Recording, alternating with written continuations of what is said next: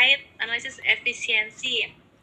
Nah, kita mau tahu nih, efisien nggak sih duitnya kita selama ini, persediaannya efisien apa enggak, gitu. Kita coba dari yang pertama, yaitu tentang TOR, turnover ratio, atau nama lainnya perputaran persediaan. Rumusnya apa? HPP per persediaan rata-rata. Begitu ya, HPP per persediaan rata-rata. Terus untuk mencari persediaan rata-rata gimana? Berarti tinggal persediaan awal tambah akhir bagi 2. Nah, nanti ini satuannya itu biasanya adalah kali ya. Jadi ada berapa kali perputarannya dalam setahun. Jadi untuk tahu obat X ini dalam setahun itu berapa kali berputar, berapa kali dilakukan pengadaan, seperti itu. Biasanya nilai standarnya sih kalau dari literatur yang saya baca itu bisa 4 sampai 12 kali ya. Jadi kalau untuk perputaran ini nggak boleh terlalu lambat dan nggak boleh terlalu cepat. Kalau terlalu cepat, tandanya kan kita pemesanannya nggak efisien, karena kok harus dipesan sampai berkali-kali, seperti itu. Ini nggak efisien, nggak boleh terlalu cepat juga ya, dan nggak boleh juga terlalu lambat. Karena apa? Karena nanti terjadi pengendapan. Jadi obatnya ini nih lambat banget nih, nggak keluar-keluar kayak gitu. Kira-kira gambaran dari perputaran persediaan itu seperti itu. Selanjutnya, untuk analisis efisiensi ada yang namanya payback period atau PBP. Jadi kita fungsinya apa? Fungsinya buat tahu nih kapan balik modal, kapan. Jadi mirip-mirip sama BEP ya. Kalau BEP kan lebih ke ketika duit, kalau BEP kan lebih ke nilai rupiah atau nilai unit kan. Kalau PBP ini lebih ke waktu, berarti ke lebih kapan waktu untuk balik modal ini. Rumusnya apa? Rumusnya ini kebalikan dari ROA ya. Kalau ROA tadi kan laba bersih dikurang total harta. Nah, kalau ini kebalikannya, total harta atau bisa juga modal dibagi dengan laba bersih, seperti itu. Dikali 1 tahun. Jadi nanti satuannya itu tahun. Jadi berapa tahun kita balik modal. Yang pastinya diharapkannya PBP itu semakin cepat ya, semakin cepat semakin baik. Seperti itu. Oh iya, sebelumnya tadi terkait ROA, ROI, ROA, ROE, berapa sih nilai yang paling baik? Jadi nilai yang baik itu adalah nilai yang sebesar-besarnya ya teman-teman ya. Jadi semakin persentasenya besar, itu hasilnya semakin baik, kayak gitu. Karena kan berarti returnnya, tingkat pengembaliannya juga besar, kayak gitu kan. Jadi semakin baik, yaitu nilainya semakin besar. Oke, kita balik lagi tadi ke analisis efisiensi. Ya, kalau PBP berarti diharapkan semakin cepat kita balik modal ya.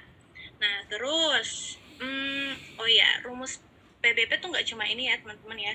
Ada juga pakai rumus ini. Ini nih waktu zaman aku UPA ini keluar nih yang PBP versi ini, dan waktu aku masih belum tahu rumusnya apa.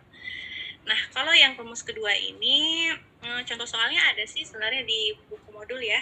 Nah, kalau N ini biasanya tuh nanti di soalnya ada dikasih waktu, dikasih tiap tahun nih. Jadi tahun pertama dapat duit berapa, tahun kedua dapat duit berapa, tahun ketiga dapat duit berapa. Gitu.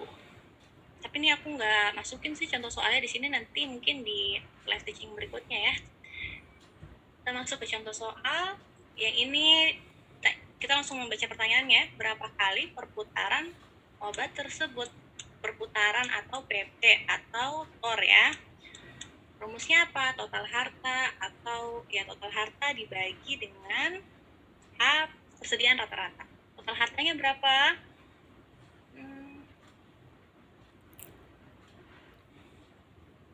Tapi dalam setahun apa? Oh iya, sorry. Ini sorry ya. Ini maksudnya bukan nilai HPP ya.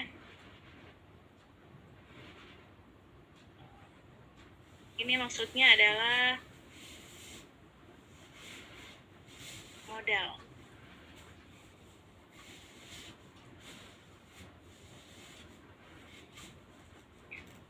Ya, kita punya modalnya 645 juta, berarti tinggal tulisin 645 500 dibagi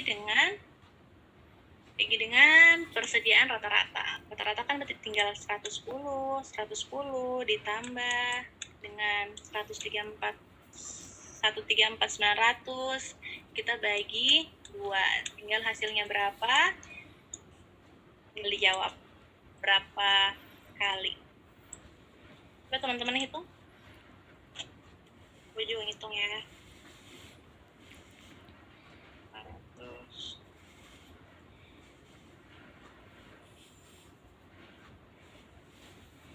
Ayo, siapa lebih cepat?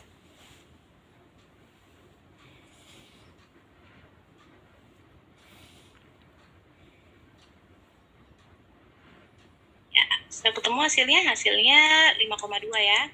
5,2 kali. Berarti ini kalau misalnya ditanya interpretasinya gimana? Berarti interpretasinya bagus ya. Karena dia berada dalam ruang sampai 12 kali. Oke, selanjutnya PBP. Payback period. Tadi rumusnya apa? Payback period. Total harta dibagi laba bersih.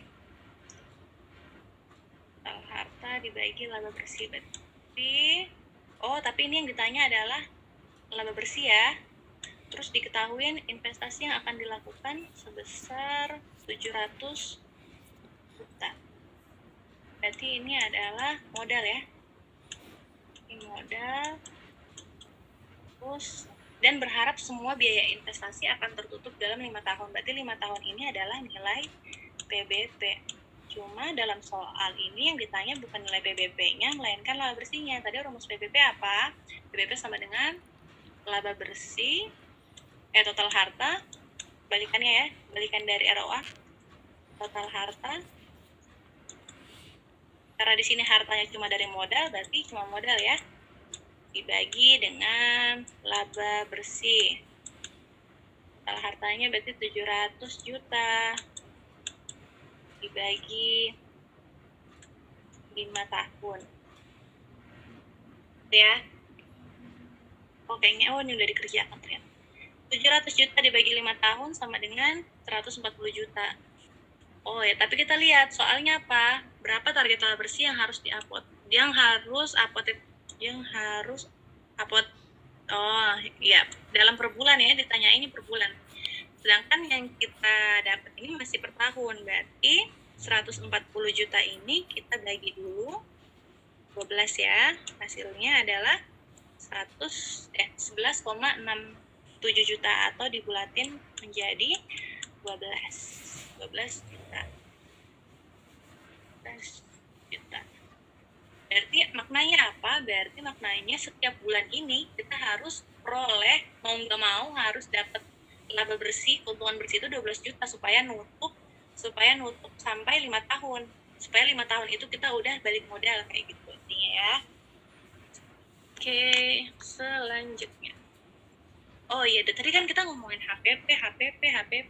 Nah, HPP itu sendiri apa? Ini maaf ya karena malah di belakang ya pengertian HPP. Jadi HPP itu sendiri jumlah pengeluaran dan beban yang dikeluarkan untuk suatu produk. Intinya kayak gitu. Jadi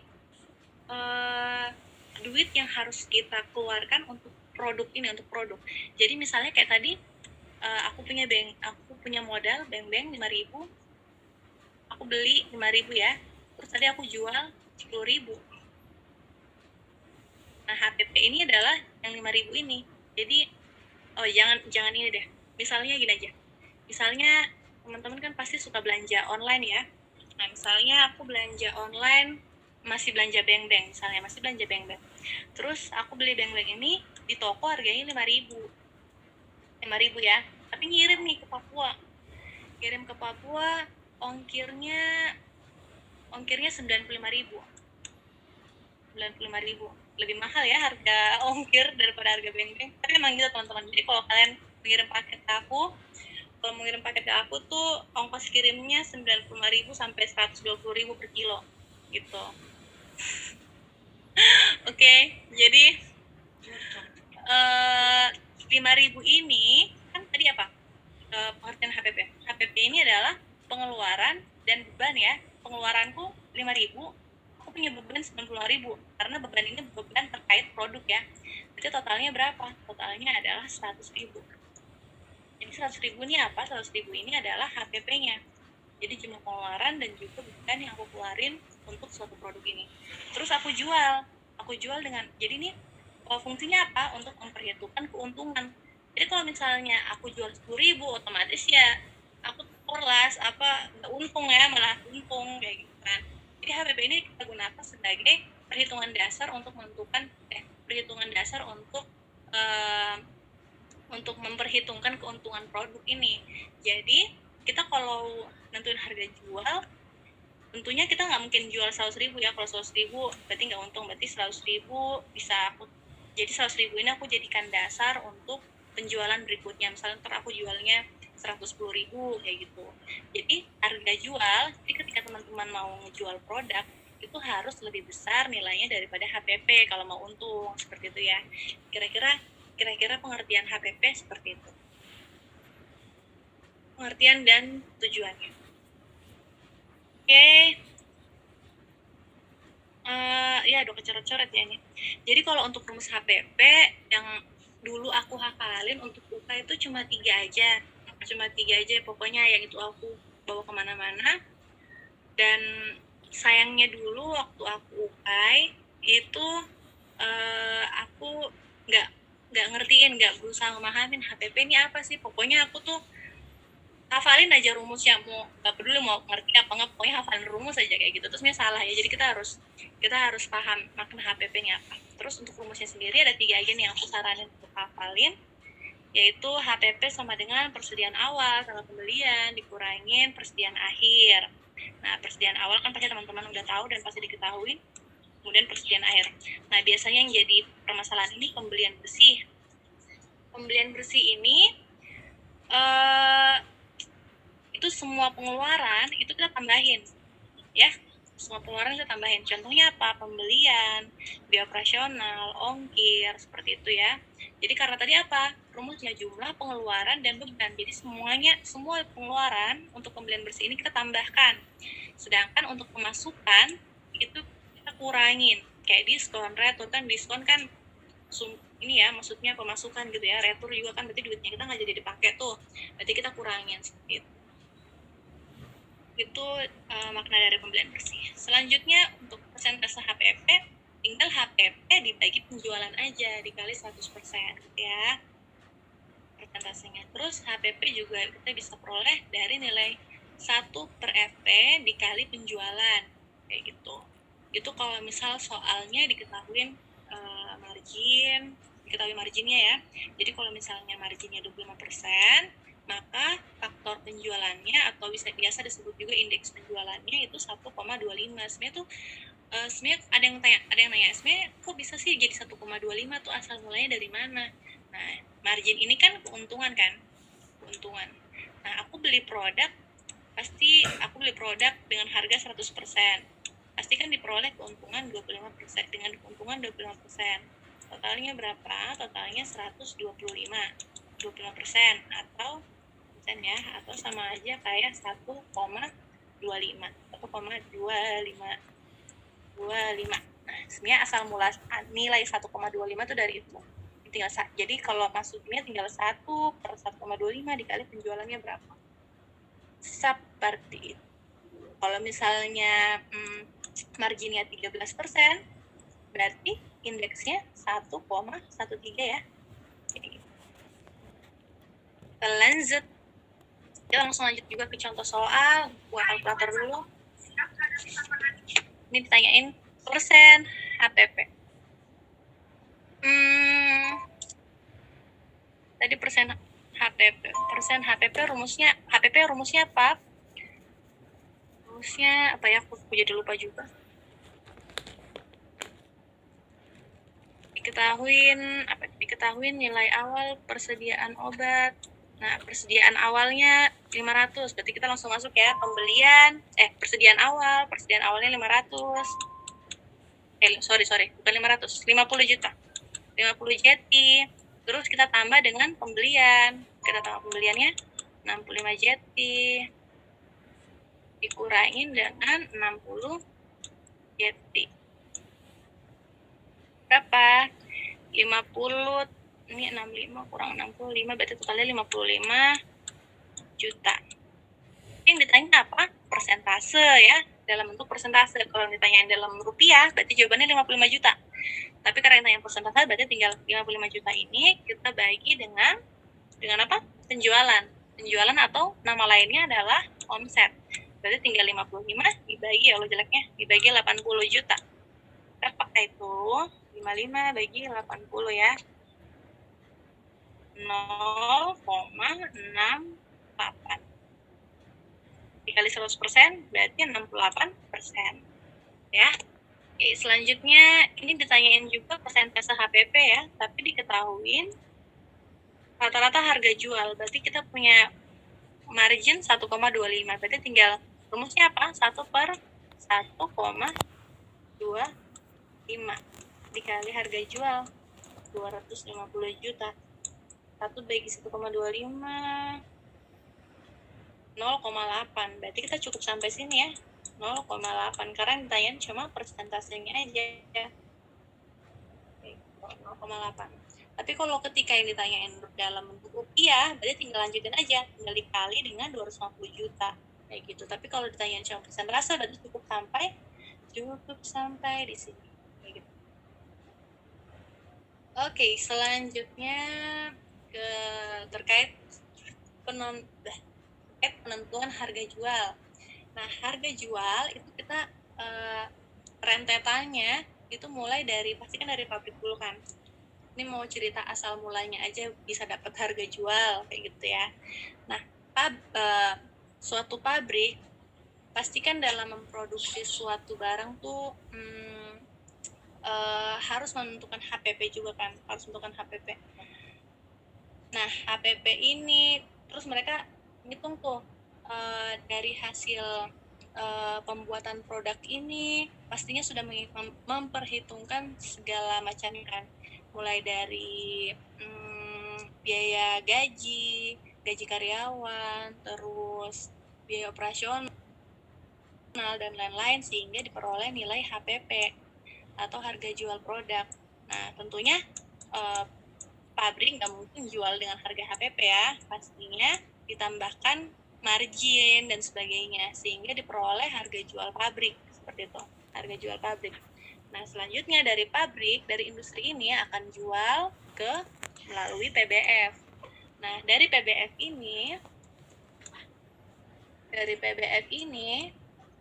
tentunya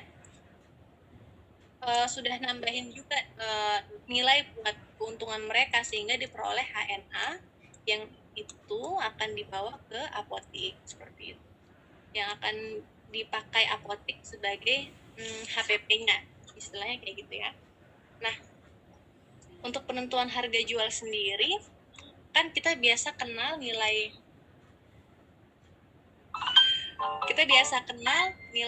ada nilai margin, nilai markup. Nah, itu kadang sering tukar ya. Nah, apa sih bedanya margin sama markup? Nah, kalau margin ini sendiri itu dia untuk lebih tujuannya, jadi kita harus tahu tujuannya. Tujuannya itu untuk tahu labanya, untuk tahu keuntungannya, seperti itu. Sedangkan kalau markup itu lebih untuk menentukan harga jual. Jadi bedanya apa? Jadi untuk ini ya 2000 ya HP saya. Ini untuk margin untuk margin maupun markup sendiri pembilangnya tuh sama guys ya. Atasnya tuh adalah selisih antara harga jual dan harga beli. Jadi selisih. Jadi kalau misalnya nggak mau susah hafal, pokoknya tinggal selisih dibagi harga jual atau selisih dibagi harga beli. Gitu ya. Margin berarti dia per harga jual, kalau markup itu per harga beli. Cuma yang bikin bingung di sini itu teman-teman, kalau misalnya kita dalam prakteknya langsung di apotik, itu kan kita internet connections.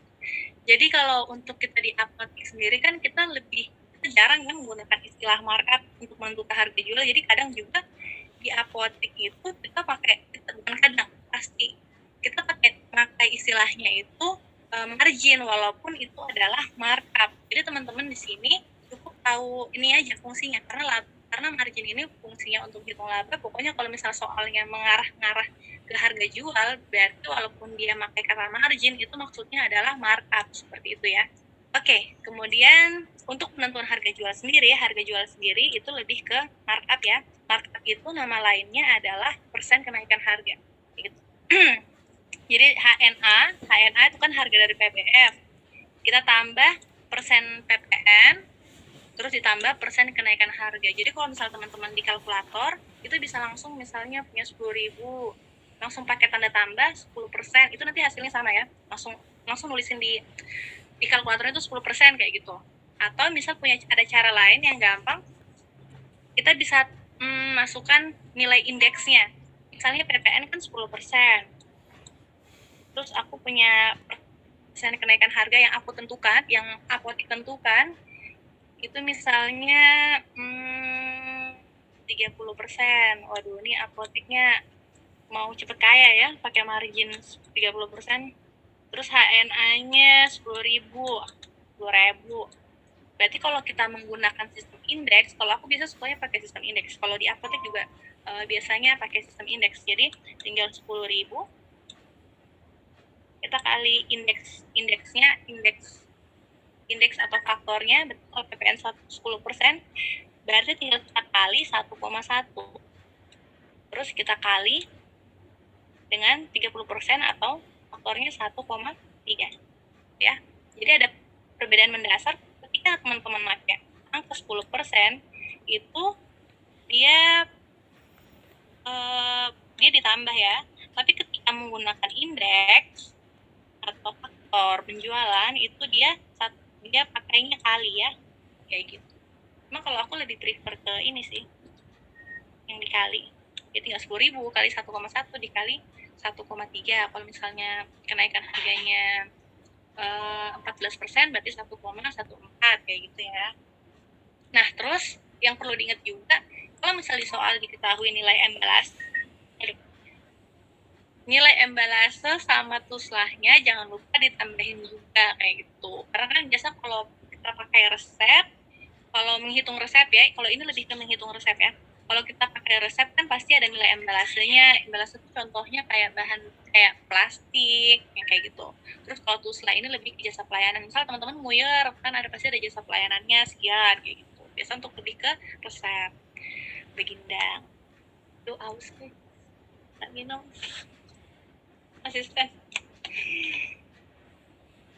Teman-teman di rumah kalau minum juga boleh kok. Saya izinkan. Salin. Oke, selanjutnya. Oh ya, ini aku mau ngasih analogi kayak ini ya buat perbedaan, karena masih sering banyak yang nanyain terkait margin sama markup kayak gitu ya. Oke, nih kalau misalnya dengan soal yang sama kita menghitung margin sama markup ya. Misal aku menjual suatu barang dengan harga 2.000 dan harga belinya 1.000, maka margin dan markupnya berapa? Nah, kalau margin tadi kan pembilangnya yang atas ini pembilang ya. Pembilangnya itu kan selisih, berarti tinggal selisih. Kalau margin selisih per harga jual, berarti tinggal selisihnya berapa? 1.000 dibagi harga jualnya berapa? 2.000 kali 100%. Sedangkan kalau markup selisihnya dibagi harga belinya, dibagi harga beli 100%. Nah, dari sini dari perbandingan ini kita bisa dengan jelas lihat bedanya. Ya, kalau margin ini dia 50% terhadap harga jual. Berarti ibarat kayak aku jual beng harga 2.000, aku jual beng harga 2.000, keuntungan yang aku peroleh yaitu 50%-nya. 50% dari si harga jualnya ini. 50% dari harga 2.000 ini. Sedangkan kalau markup itu kan tadi nama lainnya apa? Keuntungan. Bukan keuntungan. Kenaikan harga. Nah, aku punya kenaikan harga berapa nih? Tadinya aku beli 1.000. Aku jual 2.000, otomatis ada kenaikan harga sebanyak 100%, seperti itu ya. Dari sini teman-teman bisa lihat perbedaan antara margin sama markup, seperti itu. Jadi teman-teman nanti harus pintar-pintar analisis soalnya, dia mengarahnya kemana nih kira-kira? Mengarahnya untuk mencari keuntungan atau ke ke penentuan harga jual seperti itu. Jadi biasanya kalau kita langsung contoh soal aja ya biar gampang. Nah, suatu industri, kita langsung ke pertanyaan aja. Berapakah margin yang diperoleh industri? Jadi biasa kalau ada kata-kata diperoleh itu arahnya ke margin laba. Kayak gitu ya teman-teman. Oke, margin influence. Kita lihat di sini dia mempunyai hasil penjualan sebesar 750 juta. Berarti hasil penjualan itu berarti sama aja kayak harga jual ya. Karena penjualan itu kita peroleh dari harga jual. Terus selama 1 bulan dengan harga pokok penjualan tadi kan sudah dijelasin kan, harga pokok penjualan itu harga awal pembelian seperti itu. Harga pokok penjual dengan harga pokok penjualan sebesar 500 juta, kita kurangin 500 juta bagi harga jualnya, ini sama aja kayak harga beli berarti. Harga beli bagi dengan 750. Punya berapa kira-kira? Kurang 500 dibagi 750, hasilnya 0,33 atau 33% ya. 33%. Nah, jadi kalau misal teman-teman perhatiin, ini kan ada penjualan dikurangin harga pokok penjualan. Kira-kira mirip rumus apa ya? Penjualan kurangin HPP per penjualan. Ada panggilan. Berarti sama mirip kayak rumus apa? Mirip kayak rumus laba kotor ya. Laba kotor. Kayaknya di sini kita bisa lihat margin ini dia itu sama aja kayak laba. Ketika kita ingin mengetahui laba, mengetahui keuntungan seperti itu. Oke, selanjutnya apa nih? Pasien ingin beli 10 tablet, berapa biaya yang harus dikeluarkan? Nah, ketika kita baca pertanyaannya, baca soalnya, sebuah apotek membeli 100 buah tablet dengan harga 20.000 per tablet, sudah termasuk PPN. Apotek menetapkan margin, nah ini dia juga pakai istilah margin. Nah, yang perlu kalian perhatiin, biasanya kalau margin yang mengarah ke harga jual, biasanya itu dia sudah ditetapkan. Sedangkan kalau laba itu kan kita bukan ditetapkan ya, biasanya kita peroleh seperti itu. Nah, dengan biaya embelase dan pelayanan sebesar 7.500. Nah, di sini harga per tabletnya sudah termasuk PPN ya, berarti langsung aja 20.000 kita kali marginnya atau kenaikan harganya ini 15%. Aku mau pakai sistem indeks, berarti tinggal dikali 1,15 ya. Jangan sampai salah, jangan sampai nulisnya 1,5. Salah ya. Ini 1,15. Ini karena PPN-nya udah termasuk, kita nggak perlu kali 1,1 lagi. Sama dengan berapa itu? 20 dikali 1,15. 23.000. Ini 23.000 per tablet ya. Sedangkan pasien ini ingin membeli 10 tablet. Panggilan banyak. 23.000 dikali, karena ingin beli 10 berarti dikali 10. Berarti 230.000. Jangan lupa tadi apa? Kita tambahkan dulu embelase dan pelayanannya sebesar 7.500. Berarti tinggal tambah 7.500, 237.500 ya. Gitu, gampang ya. Jangan sampai terkecoh ini sama ini membeli sebuah tablet, ini gak penting. Oke, selanjutnya.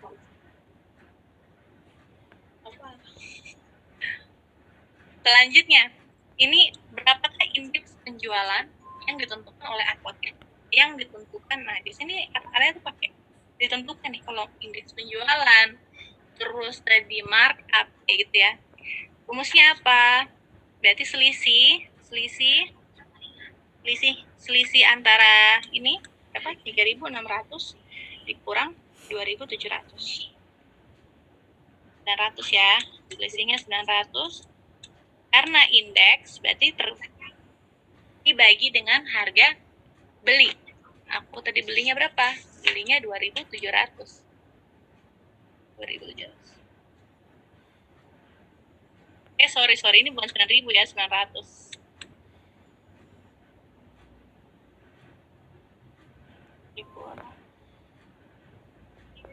Dibagi 2.700. Hasilnya adalah 0,3%. Atau sama aja kayak 0,3% atau bukan 0,3%. 0,3 dikali 100% berapa tuh? 30% ya. 30%. Berarti indeksnya berapa? 1,3. Gitu ya. Ada cara yang lebih gampang lagi. Ini aku lebih senang yang ini ya. Buat cara ngafalin gampang. Jadi, teman-teman bisa lihat tadi, selain rumus ini kan, kalau ini untuk hasil persentase, ketika kita ingin hasilnya berupa faktor penjualan atau indeks, tinggal harga jual dibagi harga beli. Lebih gampang lagi hafalinnya. Tinggal harga jual berapa? 3.600. 3.600. 2.700. Sorry ya, ini saya lagi di numpang ya teman-teman, di kamar teman yang punya wifi di rumahnya. Jadi emang agak ribut kayak asrama putri. Oke, langsung ya. Langsung aja 3.600 dibagi 2.700. 2.700. Hasilnya adalah 1,3. Nah, ketika di option ditanyain indeks atau faktornya, jawabannya 1,3. Tapi kalau misalnya dalam persentase, teman-teman tinggal ini aja, tinggal ubah 1,3 sama aja kayak 30%, ya kan? Berimbang. Jadi terserah teman-teman enak yang mana, kembali ke pilihan masing-masing, karena hidup itu adalah pilihan. Oke, selanjutnya. Tuh, ini malas banget kalau numpang di kamar teman gitu. Kita lagi kayak gini diketawain gitu ya. Ini semua demi teman-teman di obat luka ini. Oke, selanjutnya kita masuk ke DEP, break even point. Oke, definisinya apa? Definisi mudahnya itu adalah titik impas di mana nggak untung nggak rugi, jadi tengah-tengah aja. Nih kalau teman-teman lihat bagannya, jadi di tengah-tengah ya. Ini ada daerah, ceritanya ada daerah laba, daerah untung, dan daerah rugi. Jadi di tengah-tengah, nggak untung nggak rugi. Itu maksudnya apa? Jadi ketika titik untuk mencapai laba kayak gitu, titik kapan kita tahu. Jadi ini udah aku tulis padahal ya, untuk tahu titik dapat peroleh laba keuntungan. Jadi setelah titik ini, setelah kita di titik BEP, setelah di atasnya itu adalah keuntungan kita. Jadi selama di sini ini kita belum untung ya teman-teman ya. Jadi setelah melewati ini baru kita bisa untung gitu. Nah, kalau PBP tadi itu kan terkait waktu. Nah, kalau di BEP sendiri itu terkait unit atau terkait rupiah ya. Jadi ketika dapat duit berapa sih baru aku untung kayak gitu. Ketika jual berapa unit sih baru aku untung kayak gitu. Lebih ke unit sama money. Oke, dari definisinya ini kita bisa peroleh satu rumus ya. Jadi BEP atau jadi BEP itu titik di mana ketika omset atau duit yang masuk ke kita itu sama dengan pembelian plus margin, seperti itu ya. Nah, terus di sini kan pasti teman-teman nggak asing dengan nilai FC, VC, dan P ya. FC atau fixed cost. FC atau fixed cost itu adalah biaya tetap ya, tetap. Jadi mau kita produksi barang banyak atau sedikit, itu duit yang harus kita keluarkan tuh sama kayak gitu intinya ya. Misalnya apa contohnya, gaji pokok, biaya sewa bangunan. Jadi misalnya aku mau aku jual produk 100 mau besoknya 200 itu nggak berpengaruh sama biaya sewa ya, kecuali yang punya sewa itu lihat ini nih apoteknya laris banget nih, mau aku naikin lah harga sewanya. Nah, kecuali kayak gitu ya. Nah, tapi harusnya sih enggak. gitu, nggak pengaruh ya. Selanjutnya gaji pokok. Jadi gaji pokok karyawan mau penjualannya banyak atau dikit, gajinya ya tetap sama aja kayak gitu. Jadi kalau misalnya ada cerita sedikit tentang COVID ya, nah kan orang COVID ini bilang, ih nakes nih yang paling banyak ngambil banyak pasien, jadinya banyak duitnya kayak atau 1.000 pasien gaji pokoknya tetap sama, nggak berubah kayak gitu. Karena yang menang adalah swasta, bukan kita ya, mohon maaf ya teman-teman ya. Oke, selanjutnya ya Allah mulai curhat. Selanjutnya VC atau variable cost. Variable cost berarti dia nggak fix nih, dia berubah-ubah.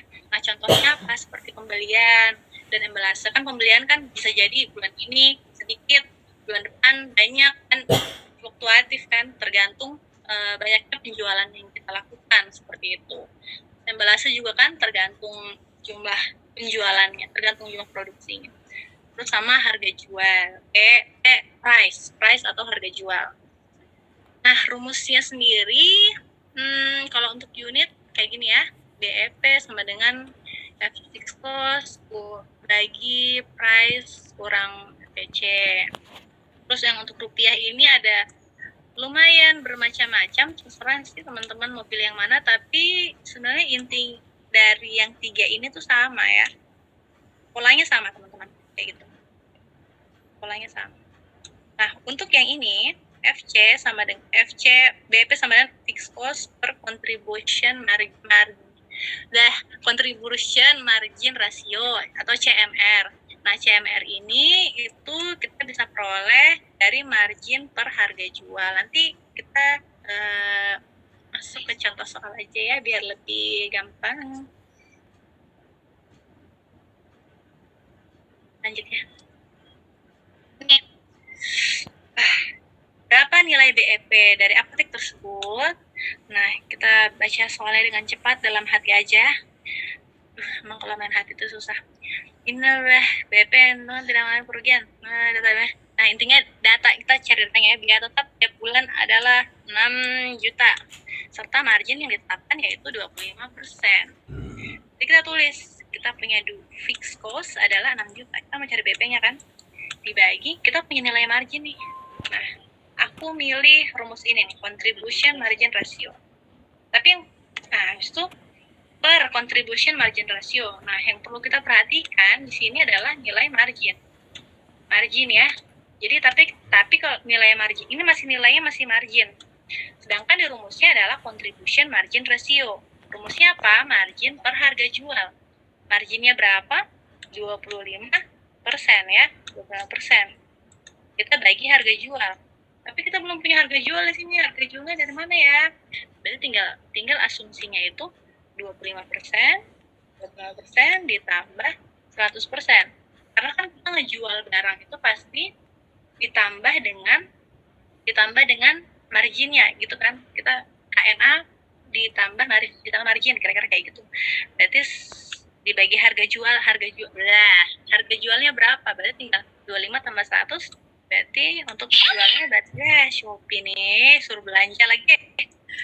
25 bagi 125. Nah, tinggal 6 juta dibagi, coba 25 bagi 125, 0,2. 6 bagi 0,2. Nah, dengan jawabannya adalah 30 jetong. Terus teman-teman juga bisa sih pakai rumus ini, tinggal 1 kurang 1 per faktor jualnya berapa? 25%. Berarti ketika dia dalam bentuk faktor jual, tinggal 1,25. Nanti hasilnya bakal sama. Kira-kira begitu. Kita lanjut. Apa nih? Oh ya. Ini pendapatan. Ini juga Anda sebagai LPJ harus mengetahui berapa pengeluaran. Diketahui BEP. Berarti masih terkait BEP ya. BEP terus diketahui apa aja nih? Pendapatannya 25 juta, BEP-nya 300 juta. Berapa pengeluarannya? Nah, ini kita bisa pakai prinsip yang awal ini ya. BEP sama dengan pembelian plus margin. Nah, titik BEP-nya berapa? BP kan berarti ketika omset yang masuk ya, berarti 300 juta ini sama dengan pembelian ditambah margin. Margin itu sama aja kayak apa? Kayak keuntungan. Keuntungan diperoleh dari mana? Jadi dapat lihat dari pendapatannya ini. 25